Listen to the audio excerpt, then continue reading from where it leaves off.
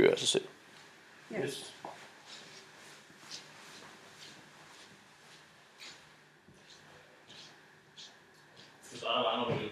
Ja, jeg skal lige huske mig selv på, hvad det er, jeg skal sige.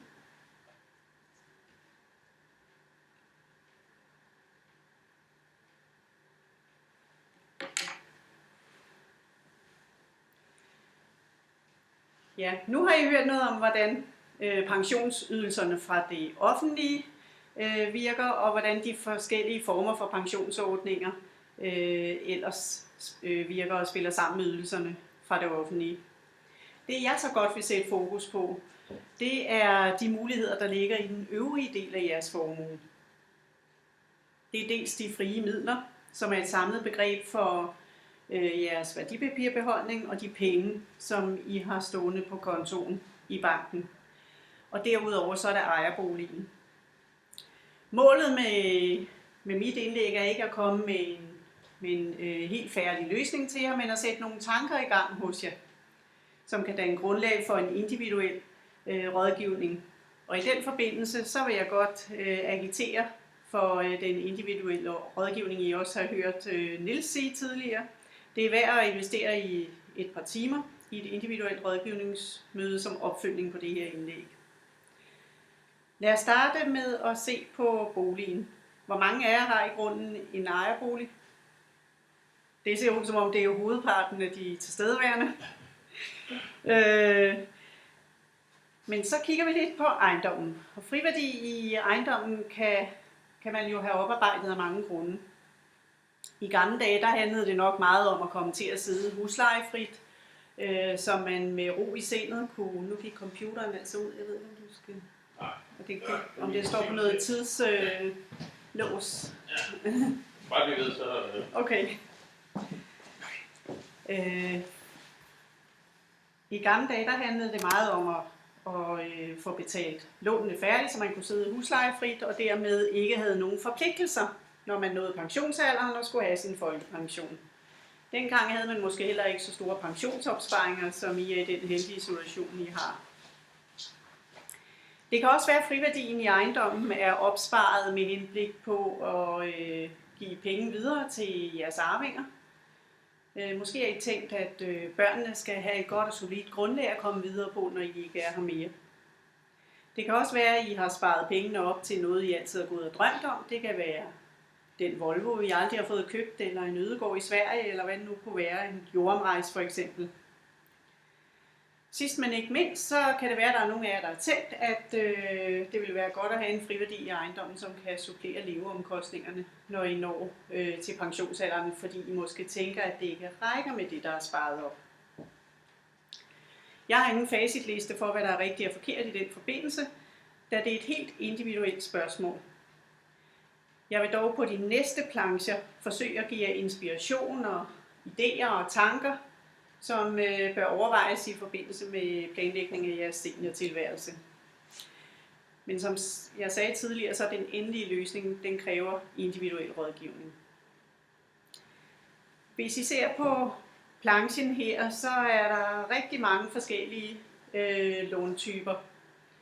Faktisk så sidst jeg talte efter, så var der noget med 180 forskellige låntyper i Realkredit Danmark, som er det realkreditinstitut, som vi arbejder sammen med. Så der er noget for et hvert behov. Det handler om at vælge lån efter devisen, hvad er det, der er vigtigt for mig? Skal man vælge et fastforrentet lån, eller skal man vælge et mere kursfølsomt og dermed konverteringsegnet lån, som også har større sikkerhed, eller skal man vælge flekslånene, som har lav sikkerhed og også har et rigtig behageligt renteniveau for tiden. Flekslånene er faktisk helt nede på omkring 0,5% for de korte af dem. Vi kan også skræddersy en pakke, hvor man kombinerer låntyperne igen ud fra økonomi og ønsker. Nogle af jer er måske lidt forbeholdne over for at stifte gæld i så høj en alder. Men igen skal man tage stilling til, hvem man sparer pengene sammen til. Jeg plejer at sige, at man behøver ikke være den rigeste på kirkegården.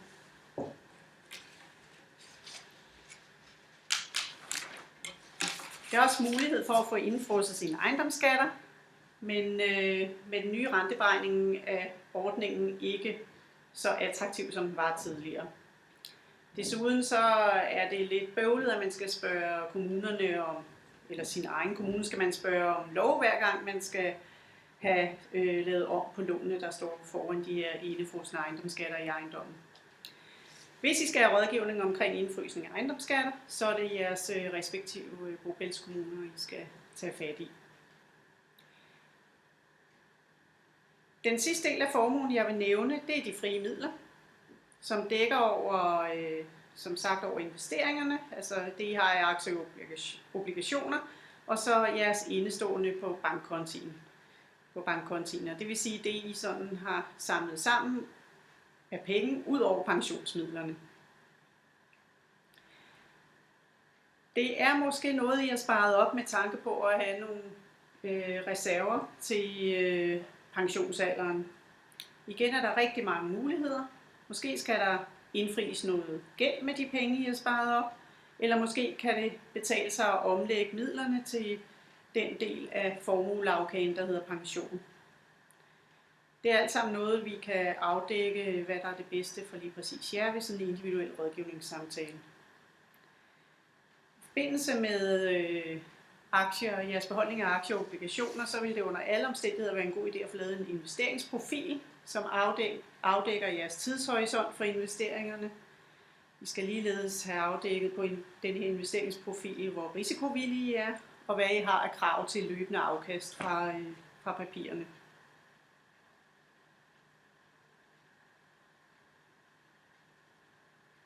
Jeg ved ikke, om der er nogen af jer, der har nogle spørgsmål på nuværende tidspunkt, ellers så har jeg nogle foldere, som jeg har lagt nede på bordet bagved.